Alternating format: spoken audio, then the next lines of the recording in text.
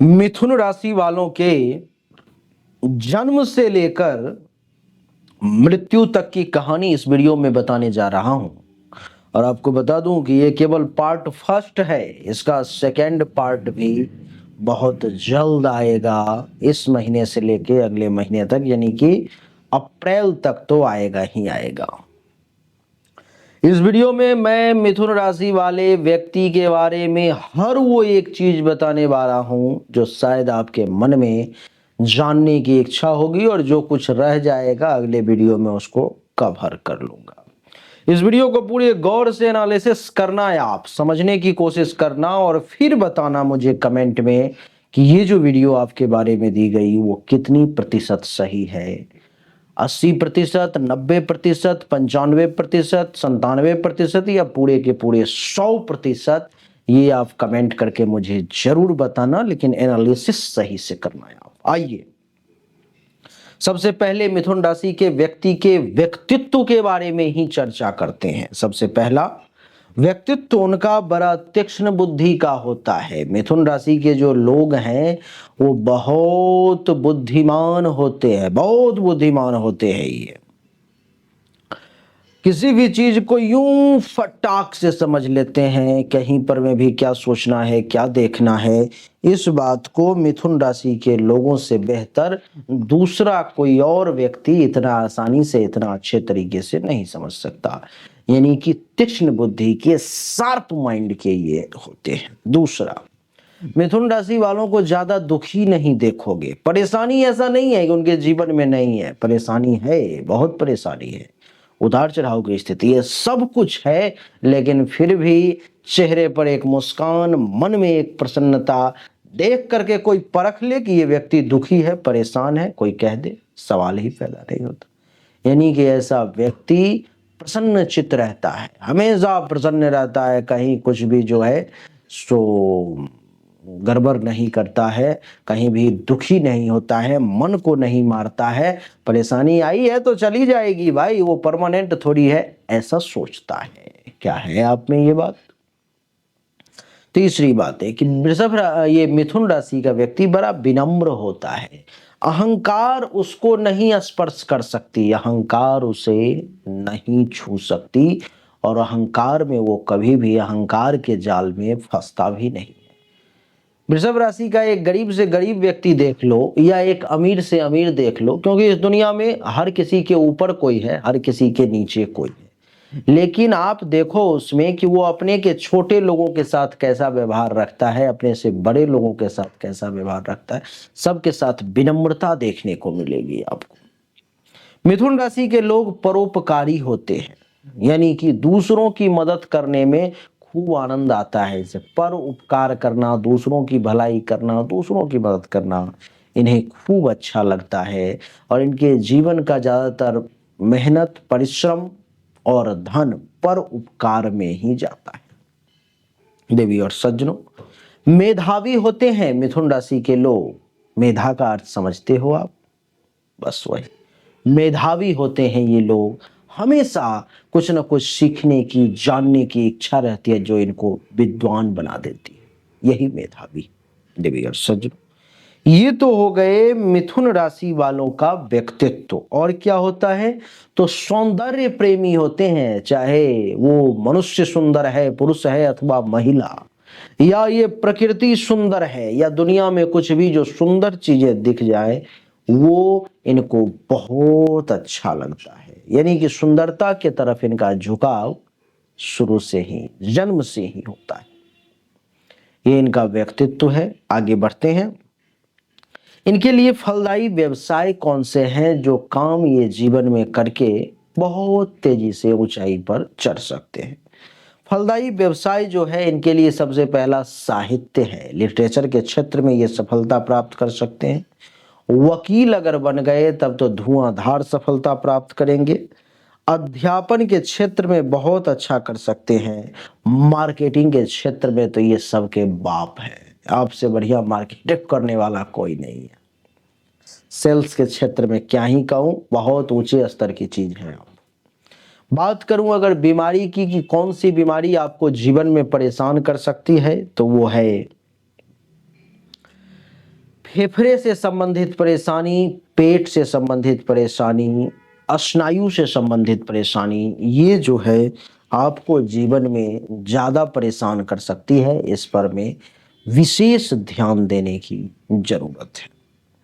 बात करूंगा आपके जीवन के कष्टकारी वर्ष की, कि जीवन में वो कौन कौन सा समय आएगा जिस समय आपको आर्थिक और शारीरिक तौर पर में कष्ट का सामना करना पड़ेगा। तो वो वर्ष है तीसरा, पांचवा, सातवां वर्ष, यानी कि जब आपका जन्म हुआ और दूसरा वर्ष कंप्लीट हो गया, 24 मंथ कंप्लीट हो गए, तो उसके बाद जो साल आया तीसरा, वो पूरा 24 से 36 महीने का जो पीरियड, वो आपके लिए कष्टकारी। जब आप 5th ईयर में पहुंचे तब 7, 11, 18, 20, 28, 48, 53, 62 और 71, ये जो वर्ष है आपके जीवन के कष्टकारी वर्ष है। अर्थात इसका अर्थ ये है कि 71 वर्ष तक तो कम से कम आप जीवित रहने वाले हो, अगर जन्म कुंडली में अकाल मृत्यु का योग नहीं हुआ तो। यानी कि इस वर्ष में आपको जीवन में आर्थिक तौर पर में परेशानी आएगी और शारीरिक तौर पर में भी समस्याओं का सामना करना पड़ेगा। भाग्योदय के कौन कौन से वर्ष हैं जिस वर्ष में आपका भाग्योदय होने के अवसर मिलेंगे और आपने प्रयास किए तो तीर मछली के आंख में सीधा मारोगे अर्जुन की तरह, यानी कि सफलता को प्राप्त कर ही लोगे। वो है 14वां वर्ष, 22वां वर्ष, 23वां, 32, 35, 36, 41, 42 और 50, ये वो वर्ष हैं जिसमें आपको सफलता जो है सो मिलेगी ही मिलेगी। कोई दुनिया की ताकत नहीं रोक सकती, लेकिन परिश्रम तो आप ही को करना पड़ेगा, प्रयास तो आप ही को करना पड़ेगा। आइए, ये तो एक संक्षिप्त में हमने जानकारी दी, आइए अब विस्तार पूर्वक समझते हैं। जिस किसी भी व्यक्ति का जन्म राशि अथवा जन्म लग्न मिथुन होता है, वो व्यक्ति थोड़ा सा दुबला लेकिन देखने में लंबा लगता है। आपकी नाक जो है सो छोटी लेकिन सुंदर होंगी, आंखें बहुत सुंदर होंगी आपकी मिथुन राशि वाले। स्वभाव में आप विनम्र और परोपकारी होंगे। आपके स्वामी बुद्ध हैं जो बुद्धि के मालिक हैं, अतः आप तीक्ष्ण बुद्धि के, प्रसन्न चित्त और विनोदी स्वभाव के होंगे। आपको मैं बता दूं कि आप एक मेधावी हैं, साहित्य, कला, सौंदर्य प्रेमी भी हैं। आपकी भाग्य वृद्धि आपके परिजन के सहयोग से साहित्य, ज्योतिष, व्यापार, वकालत, मुनीमगिरी, अध्यापन, अध्ययन, पत्र संपादक एवं बुद्ध संबंधी जितने भी व्यापार हैं उस क्षेत्र में होने की संभावना है। आपको पिता द्वारा भी जमीन और धन प्राप्ति के योग हैं जो आपको मिलेंगे। अचानक लॉटरी से भी आपको लाभ मिलेगा। जीवन परिवर्तनशील है और उत्थान और पतन युक्त स्थिति को ये दर्शाता है। आप द्विभाषिया भी बन सकते हैं, दो भाषा को बोलने वाले, जानने वाले। आपका एक भाई बहुत कृति प्राप्त करने योग्य बनेगा। आपको गुप्त शत्रुओं से, पत्नी पक्ष से कुछ पीड़ाएं भी प्राप्त हो सकती है। आपके जीवन में 2 शादियों के योग हैं, अथवा एक शादी, एक प्रेम का योग है, अथवा एक एक्स्ट्रा मैरिटल अफेयर का योग है। आपको फेफड़े या स्नायु मंडल से संबंधित किसी प्रकार का रोग परेशान कर सकता है। आपके जीवन का तीसरा, 5वां, 7वां, 11, 18, 20, 28, 48, 53, 62 और 71वां वर्ष जो है सो आपके लिए रोगों से भरा हुआ है और अन्य आर्थिक पीड़ाओं से भी इस वर्ष में आपको सतर्क रहने की आवश्यकता है। बुध और गुरुवार का दिन आपके लिए शुभ है। भाग्योदय की अगर बात करूं तो 14, 22, 23, 32, 35, 36, 41, 42 और 50वां वर्ष में विशेष तौर पर में भाग्य का उदय होगा। तुला, धनु, कुंभ राशि या लग्न के लोगों से आपका मैत्री, विवाह आदि अगर होता है तो वो ज्यादा अच्छा होगा। मिथुन राशि के महिलाओं के बारे में बीच में कुछ विशेष बातें बता दूं अलग से कि मिथुन राशि की महिलाएं कामी होती हैं, यानी कि काम और वासना के तरफ रुझान ज्यादा होता है। गुस्सैल भी होती हैं, यानी कि किसी भी अनुचित बात पर में उनको गुस्सा जल्दी आ जाता है। गुण में कभी कभी कमी भी होता है, लेकिन भाषा कटु बोलती है। कफ से संबंधित परेशानी आपको परेशान कर सकती है। मिथुन राशि के लोग खर्चा खूब करती हैं। मिथुन राशि की महिला वैसे धर्म, कर्म, पुण्य का काम भी कम करती हैं, लेकिन करती हैं। इस राशि अथवा लग्न के लोगों को आजीवन, जैसे मैंने पन्ना पहन रखा है, आपको भी पहन करके रखना चाहिए।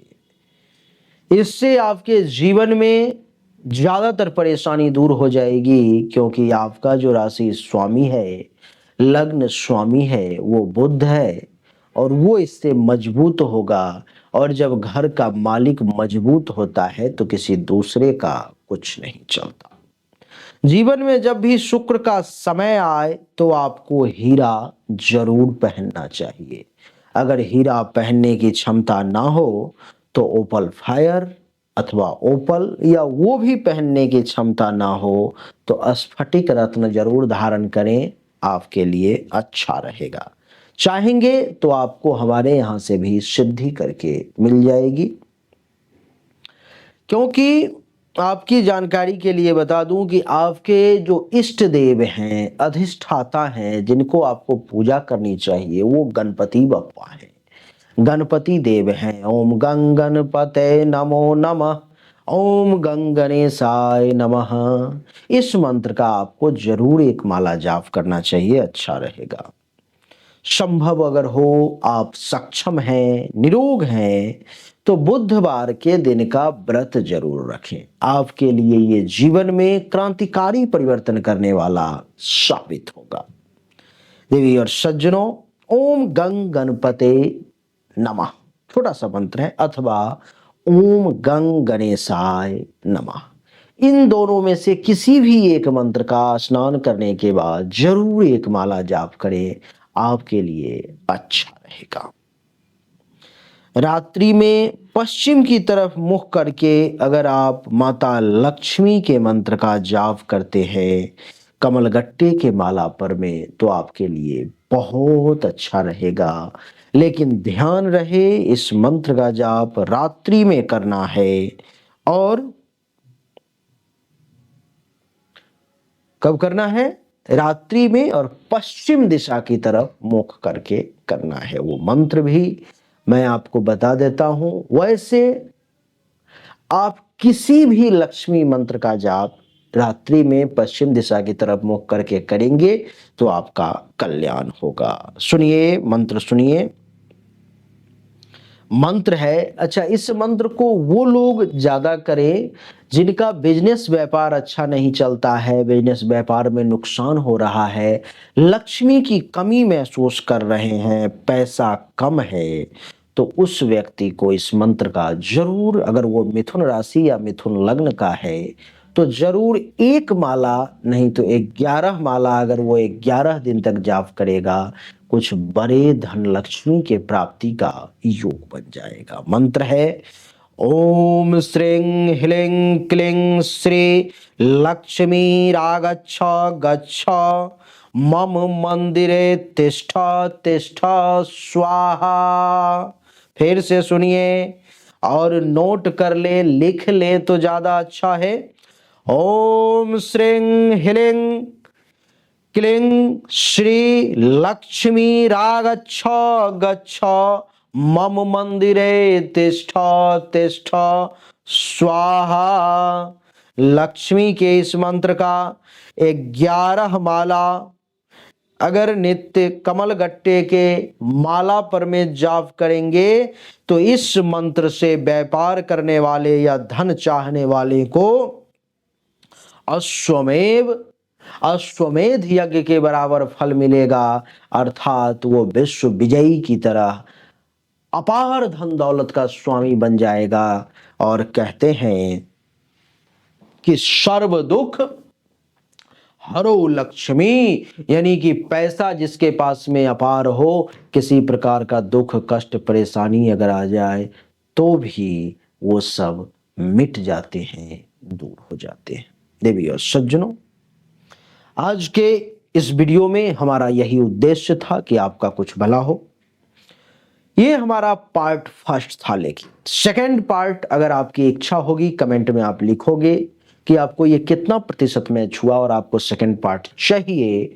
अगर 1000 से ऊपर कमेंट आए तो मैं जरूर आपको सेकंड पार्ट ला करके दूंगा। इस वीडियो को प्रयास करें कि फटाफट 24 घंटे के अंदर में 50,000 से ज्यादा लोग देख लें और इसमें 10,000 से ऊपर लाइक्स आ जाएं। 10,000 से ऊपर लाइक्स, 1000 से ऊपर कमेंट्स आएंगे तो मैं बहुत जल्द आपको सेकंड पार्ट देने का प्रयास करूंगा और ये उससे बेहतर होगा। अब जो आएगा वो अभी जो दिया हूं उससे विशिष्ट होगा। अच्छा लगा तो वीडियो को लाइक करें, शेयर करें। मुझसे संपर्क करने की इच्छा है, पर्सनली जन्म कुंडली या हस्तरेखा दिखाने की इच्छा है तो सामने दिए गए नंबर पर में मैसेज करें, जो उचित शुल्क होगा जमा करेंगे, आपको सही और एक्यूरेट जानकारी मिल जाएगी। आप सभी का एक बार फिर से बहुत बहुत धन्यवाद। Thank you so much. जय हिंद, वंदे मातरम। बोलिए राधे राधे, राम।